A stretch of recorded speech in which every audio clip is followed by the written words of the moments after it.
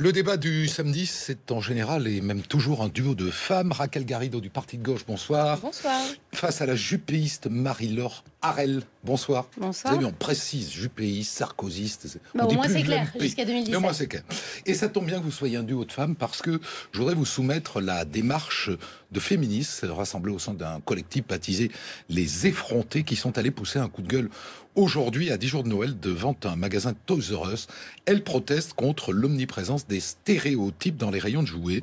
Côté filles, en général sur fond rose, des cuisinières, des tables à repasser, des robes de fées. Côté garçons, sous fond de couleur bleue, des pistolets, des épées, des jeux d'aventure, des jouets physiques. Est-ce que vous trouvez ce combat juste, Raquel Garrido? Oui, il est juste, il est 1000 fois juste. Et d'ailleurs, je félicite ces filles, ces femmes de mener ce combat parce que c'est vrai que ça peut paraître un peu rabat-joie en période de fête comme ça, quand les gens vont faire leurs courses, de leur dire, écoutez, réfléchissez aussi un petit peu en tant que consommateur parce que vous créez des stéréotypes ou on participe dès un très très jeune âge à faire des stéréotypes. C'est très très choquant, vous savez. Vous êtes mère de famille vous-même, Moi j'ai 3 filles. D'accord. Bon. Et si j'essaye par exemple de trouver un déguisement d'aventurière à l'une d'entre elles, ça n'existe pas. Donc il y a les familles qui doivent prendre conscience, mais aussi il y a les industriels qui proposent certains types de jouets. Par exemple, les jeux de société sont dans les rayons garçons. Le petit chimiste, il est dans les rayons garçons. Donc dans les rayons filles, je vais avoir seulement l'électroménager, effectivement les maisons. Même Lego a sorti une ligne là, de jouets pour filles où on peut construire que des maisons. Alors on peut pas faire d'hôpitaux, je sais pas, des hélicoptères. C'est que des maisons. À la limite, nous les filles, on a le droit au poney. Alors c'est la seule part d'aventure un peu qu'on nous autorise. C'est le poney, alors on peut partir sur notre poney vers la vie. Non mais c'est une honte, vous savez que c'est en changeant dès le plus jeune âge ce genre de stéréotypes qu'on lutte pour l'égalité professionnelle plus tard, pour l'égalité salariale plus tard. C'est pourquoi il n'y a pas beaucoup de femmes scientifiques, c'est aussi parce que quand on était petite, on ne pouvait pas acheter le petit chimiste dans le rayon des jouets filles. Et Marie-Laure Harel, on pense quoi? Je ne suis pas d'accord du tout. D'abord, je pense qu'il faut arrêter absolument de tout uniformiser. Un homme et une femme, c'est pas pareil. On n'a pas les mêmes fonctions biologiques. Les hommes n'accouchent pas. On n'a pas les mêmes caractéristiques physiques. C'est pas pour rien qu'il n'y a pas beaucoup de femmes déménageurs. Bon, on n'est pas pareil. Il paraît même d'ailleurs que les femmes ont un QI nettement supérieur à celui des hommes. Je vois pas. Mais pour le jeu, je ne vois pas où est le problème par rapport au fait que les petites filles préfèrent le rose et les princesses et que les petits garçons préfèrent le bleu et les super-héros. Il n'y a aucun lien entre les jouets et l'évolution de la société. Par exemple, en France, la France dispose de l'armée de terre qui compte le plus de femmes. Le nombre d'hommes au foyer en France a doublé depuis 20 ans. Donc je vois pas de lien direct. Le vrai débat, il se situe pas au niveau des magasins de jouets. Le vrai débat, c'est l'égalité hommes-femmes, notamment au niveau professionnel. Et ça, c'est pas à Toys R Us de le régler, c'est au gouvernement. Il y a encore beaucoup de questions qui se posent. Bien que la loi règle déjà un certain nombre de sujets, elle se mêle d'imposer des quotas, de protéger les femmes, eu égard notamment à la maternité, etc. Il n'en demeure pas moins que beaucoup de problèmes subsistent. Premier problème, l'égalité salariale. Les femmes touchent 24% de moins que les hommes. Laissez-moi terminer. Ont des emplois souvent plus précaires. Les hautes fonctions, elles n'y accèdent pas, ou beaucoup moins, bien que la loi l'impose. Regardez à l'Assemblée nationale, un quart de députés. Dans la fonction publique, 60% de femmes sont agents publics et seuls 14% d'entre elles accèdent aux postes dirigeants. C'est pareil dans les conseils d'administration des grandes entreprises. Donc là où la société n'est pas capable de faire une place naturellement aux femmes et une place qu'elles méritent, c'est au pouvoir public de s'en occuper et pas au magasin de jouets. Et le jour où les pouvoirs publics le feront correctement, on sortira de ces stéréotypes que vous avez sous les yeux de boniche. Princesse un jour, boniche toujours. Mais c'est vrai. Mais Marie-Laure Harel, vous avez dressé un constat implacable sur la question des inégalités hommes-femmes. Mais sauf que faut être très naïf, faut pas voir que ça ne se joue pas dès le plus jeune âge. Lorsque vous êtes un groupe d'enfants et que vous êtes en tant que jeune garçon habitué à voir vos copines qui elles ne jouent que à balayer, à faire la cuisine, à la casserole, et vous qui êtes aussi, si vous voulez jouer à la poupée, on vous dira non, surtout c'est bizarre, ne joue pas à la bébé. Je vous invite à faire le test, offrez un petit poupon à votre neveu et vous allez voir que les parents vont être un petit peu. Est-ce que vous ne pensez pas, c'est certes bien de donner son avis, vous ne pensez pas que les parents ont par exemple un peu de liberté et un rôle à jouer dans l'éducation de leurs enfants? Bien sûr, c'est libre à eux de ne pas mettre un fer à repasser ou une machine à laver dans les enfants de leur petite fille si ça les dérange. C'est pour ça que cette action, elle est à la fois pédagogique scientifique parce qu'elle s'adresse aux parents, mais en même temps, elle alerte l'industrie. Parce que je vous disais tout à l'heure, moi, par exemple, qui ai élevé 3 filles, eh ben, il y a des choses que je ne trouve pas dans les rayons pour filles. Voilà. Ce qui a trait à l'intelligence, alors les bouquins, ça, il y en a, les livres. Mais tout le reste, tout ce qui a rapport à la science, à l'astronomie, à la chimie, tout ça, c'est dans les rayons garçons. Bah, vous savez où les trouver, ça vous empêche pas de les acheter pour vos filles. Mais c'est une honte. Je sais, vous trouvez pas ça honteux quand même qu'on place... parce que vous disiez, il y a des différences naturelles. Bon, d'accord, mais le jeu, c'est pour se divertir. En quoi est-ce qu'un garçon et une petite fille, ils ont une aptitude différente à rien ne vous s'amuser avec empêche les de jeux. mettre dans les mains de vos petites filles ce avec quoi vous avez envie de les voir jouer et évoluer.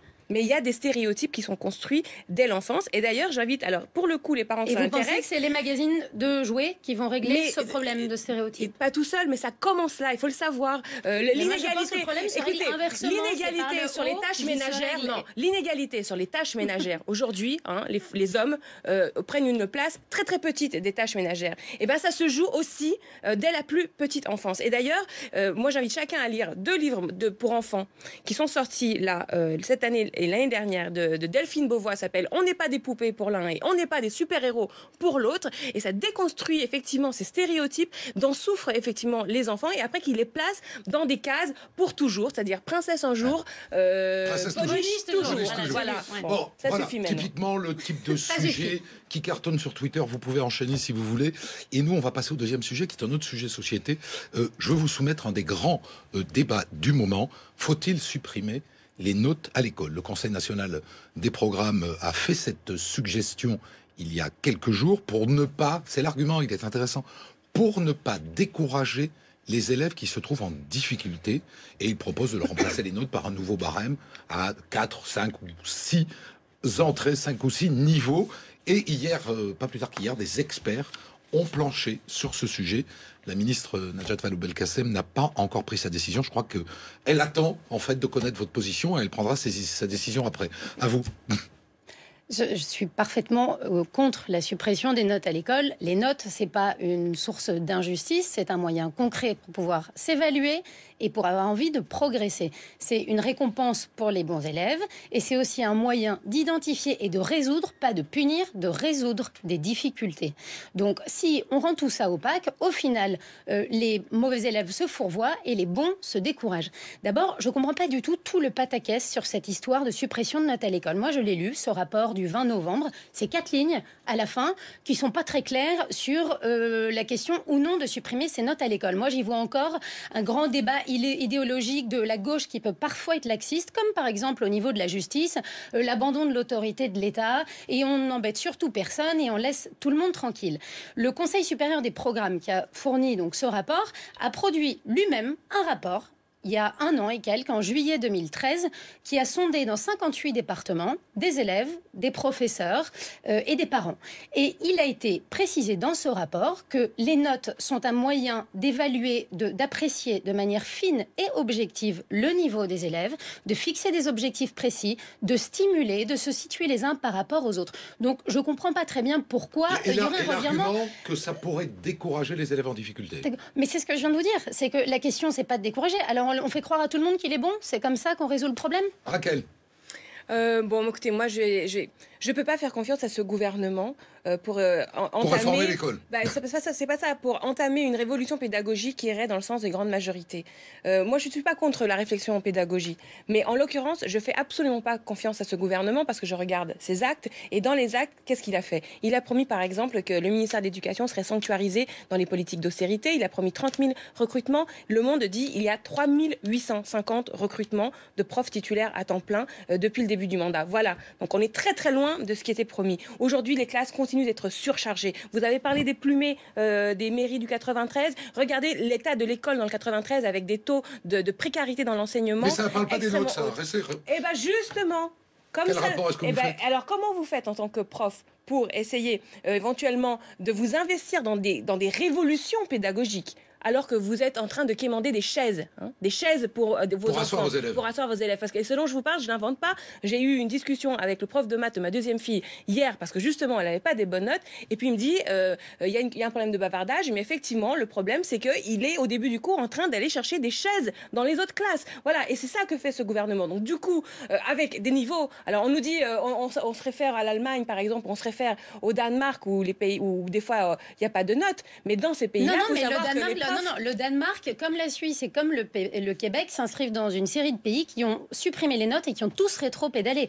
Donc les expériences ne sont pas très encourageantes à l'étranger. Ce que je voulais dire, c'est qu'un prof débutant en Allemagne, il commence à un salaire qui est au double du prof français. Oui, là, vous parlez du salaire des professeurs, là, on parle de la suppression des notes. Sauf que le problème, c'est qu'un enseignement, il faut un enseignant et il faut un apprenant, c'est un tout. Et du coup, si vous avez des situations avec des profs dont les salaires ont été gelés depuis 2010, les salaires reculent. C'est les seuls pays d'OCDE, le Japon et la France, où les profs, leurs salaires reculent. Donc, je me méfie. Voilà. Après, pour ce qui est... Pour vous, c'est pas l'urgence, quoi, en gros. Écoutez, voilà. Après, dans le fond de l'affaire, l'évaluation est nécessaire. Après, il y a deux types d'évaluations. Les évaluations pour apprendre et les évaluations pour classer. Typiquement, avant la massification, l'évaluation, la notation sur 20, était là pour classer, pour distinguer une élite. Aujourd'hui, avec le chômage de masse à 5 millions de personnes, il y en a qui considèrent que la notation doit être faite pour ça, pour classer, pour s'insérer dans l'entreprise. Et il faut réhabiliter le travail simplement d'apprentissage, c'est-à-dire évaluer les enfants pour qu'ils progressent. La question, c'est pas comment on les évalue seulement, c'est ce qu'on fait une fois qu'on a détecté qu'il y a encore des choses à apprendre. Très court, Marie-Laure. Mon mot de la fin, c'est que je suis d'accord avec vous. C'est pas du tout la priorité en matière d'éducation. Là, il y a quand même une réforme de la carte d'éducation prioritaire qui est en train de très mal se passer. On a un grand plan numérique dans les écoles qui va coûter des milliards. On ne sait toujours pas comment on le finance ou comment on le met en place. Au passage, la réforme des rythmes scolaires est loin d'avoir fait ses preuves et se heurte encore à des collectivités très réfractaires. Donc je pense que sans doute l'éducation nationale et notre ministre de l'Éducation feraient bien de résoudre en priorité tout ce qu'ils ont déjà enclenché avant d'ouvrir des nouvelles polémiques. Bon voilà, si elle vous a écouté, Najat Vallaud-Belkacem, si elle a écouté vos conseils, elle ne fera pas cette réforme, elle va recruter des profs et acheter des chaises. Augmenter les salaires, acheter plus de chaises. Oui, ça commence par là. C'est fini. Twitter, si vous souhaitez réagir, #Ondelat direct.